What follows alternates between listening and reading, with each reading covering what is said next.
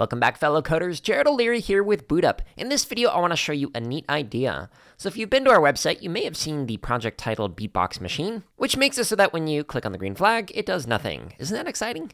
Actually, when you press a different key, it will boom, play different sounds. Scat. And you can press spacebar. Scat. Boom, scat. Boom, scat. Boom, scat. To make an awesome beat or a melody.